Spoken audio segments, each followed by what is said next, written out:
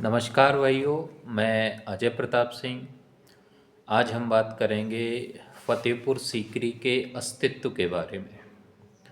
तो फतेहपुर सीकरी का दो प्रकार का सच है। पहला जो एक हम एकेडमिक हिस्ट्री में पढ़ते हैं कि फतेहपुर सीकरी का निर्माण अकबर ने किया था। अकबर से पहले ये एक कहना चाहिए जंगल था, अबुल फजल ने लिखा है। दूसरा जो उसका सच है पुरातत्व के अवशेषों के थ्रू हम समझेंगे। जो आर्कियोलॉजिकल एविडेंस क्या कहते हैं फतेहपुर सीकरी के बारे में, उस पर हम चर्चा करेंगे। तो सबसे पहले जो फतेहपुर सीकरी है, जो आर्कियोलॉजिकल एविडेंस मिलते हैं हमको, वो सिकरवार क्षत्रियों के बारे में मिलते हैं।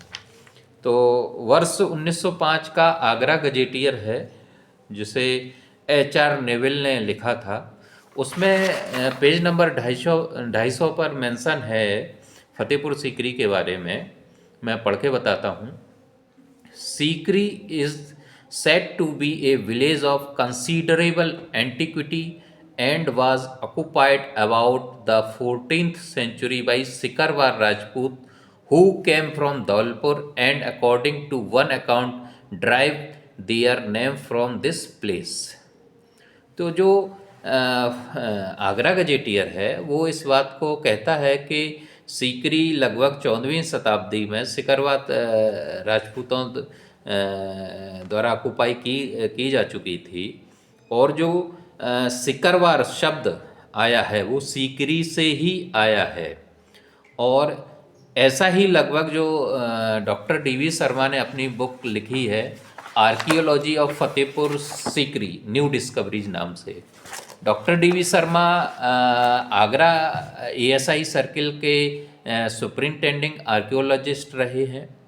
उन्होंने अपने कार्यकाल के दौरान इसमें खुदाई की थी फतेहपुर सीकरी के बीर छबीली टीले की। उस बीर छबीली टीले में उन्होंने लगभग 1000 ईस्वी के लगभग हिंदू सभ्यता के प्रमाण खोजे थे। उस पर हम डिस्कस करेंगे। लेकिन सबसे पहले जो डॉक्टर DV शर्मा की बुक है, उनका जो 6 चैप्टर है medieval Sikri from 10th century to 16th century में, उन्होंने इस बात को लाए हैं, कंफर्म किया है। मैं एक पार्ट पढ़ता हूँ उसका। The Sikri region came under the possession of a branch of Badgujars, who thereby came to be known as Sikarwars. These Rajputs were holding Sikri during Sultanate period.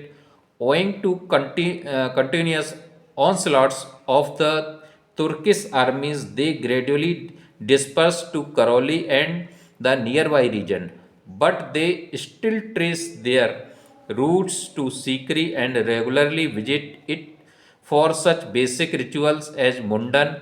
History of their period 13th to 15th century is still buried underground except for casual relics which they have remained on the ground or are unearthed from time to time, a survey of which may be made briefly।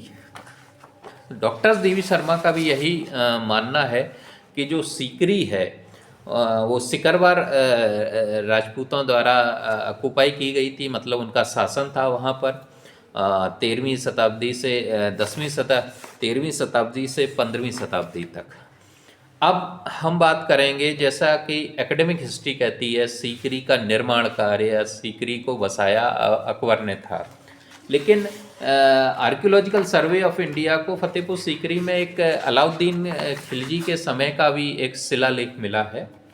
Archaeological survey of India ने इसको उनकी एक series थी एपिग्राफिया Indo मोसेलेमिका एपिग्राफिया। इसमें अलाउद्दीन खिलजी का समय का एक शिलालेख मिला है, उसको उन्होंने पब्लिश किया है। मैं इसको पढ़ के बताता हूँ। इंस्क्रिप्शन इन द अंबिया वाली मॉस्क फतेहपुर सीकरी। अब फतेहपुर सीकरी में एक अंबिया वाली मॉस्क है, उसको उसके संबंध में वहाँ पर उन्हें शिलालेख मिला है। ये अम्बिया वाली मॉस्क मूल रूप से अम्बा दुर्गा जी का मंदिर था। अलाउद्दीन खिलजी ने अपने अपने शासनकाल में जो हिंदू मंदिरों पर आक्रमण किए थे, उसने कई मंदिरों को मस्जिद में कन्वर्ट किया था। तो ये दुर्गा जी के मंदिर को, जिसे अम्बा जी का मंदिर कहते थे, उसको उसने मस्जिद में कन्वर्ट कर दिया और उसी नाम से ये अम्बिया वाली मॉस्क के नाम से फेमस हो गया। तो ये जो अलाउद्दीन खिलजी का शिलालेख है, ये कन्फर्म करता है कि जो सीकरी है, सीकरी का अस्तित्व अकबर से पहले का है। बाबरनामा में भी सीकरी का जिक्र किया गया है, हुमायूं नामा में भी जिक्र किया गया है, लेकिन बाबर और हुमायूं और अकबर, ये मुग़ल कालीन हिस्ट्री आती है। इस अम्बिया वाली मॉस्क का जिक्र करने का मेरा सीधा एक उद्देश्य था कि जो खिलजी था वो मुग़ल काल का में नहीं काउंट किया जाता है एकेडमिक हिस्ट्री में। तो सीकरी का इतिहास बहुत पुराना है और डॉक्टर डी.वी. शर्मा ने इसमें जो 1000 ईस्वी के लगभग हिंदू सभ्यता के प्रमाण मिले हैं, उन्हें काफ़ी बहुत बड़ी कहना चाहिए वीर छबीले टीले पे काफ़ी अवशेष मिले थे। उन्होंने अपनी book Fatehpur Sikri new archaeology of Fatehpur Sikri new discoveries में इनका उल्लेख पूरा डिटेल किया है।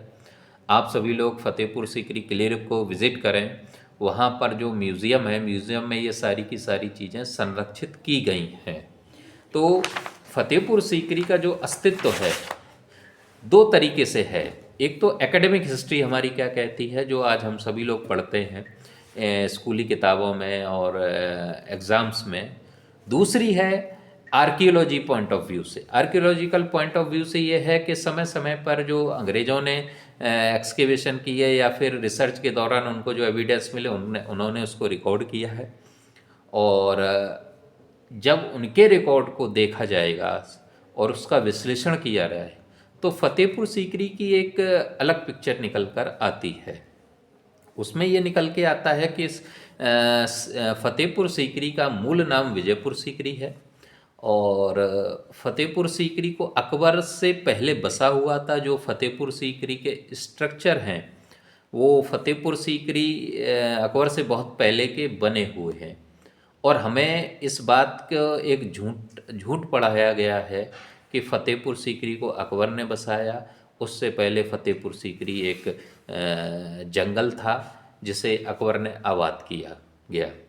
फतेहपुर सीकरी के बारे में काफ़ी एक वीडियो में बताया नहीं जा सकता है, क्योंकि ये बहुत बड़ा इसमें हिस्टोरिकल रिसर्च अभी होनी है, हमने की है और लगातार हमारा काम इस पर जारी है। और इसमें कई वीडियो बनेंगे आने वाले टाइम में और हम लगातार इस पर काम कर रहे हैं और पॉइंट टू पॉइंट एक एक चीज़ को लेकर हम डिटेल, छोटे छोटे पॉइंट्स को डिटेल में रख के आप सभी को समझाएंगे और तब ये चीज़ क्लियर होगी कि फतेहपुर सीकरी का अस्तित्व रियल में क्या है। और